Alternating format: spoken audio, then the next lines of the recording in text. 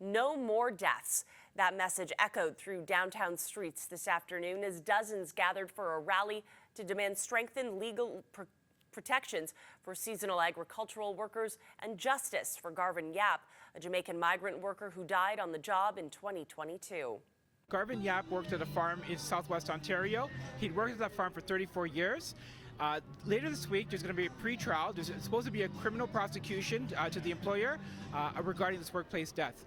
And we're trying to shine a light to ensure that his death is not forgotten, his death's not in vain. The pre-trial is scheduled for this Thursday. Migrant workers like Yap can come to Canada as part of the Seasonal Agricultural Worker Program, under which they can stay and work in the country for a maximum of 8 months a year. Anne, a migrant worker from Jamaica, says that temporary status prevents them from legal protection and adequate health care. I was injured on the program, and I am still nursing my injuries. Our family, it's not just us when we get injured. It's not just us, but our entire family that is suffering. Our children can't go to school. We lost our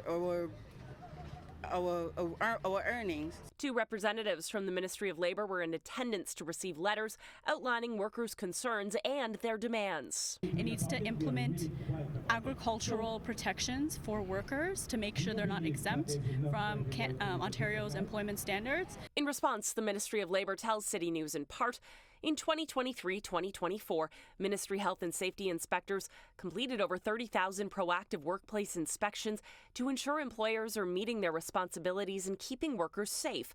In 2023, Ministry Health inspectors conducted 640 field visits to farming and agricultural workplaces to carry out inspections as part of the focus on safety of temporary foreign agricultural workers.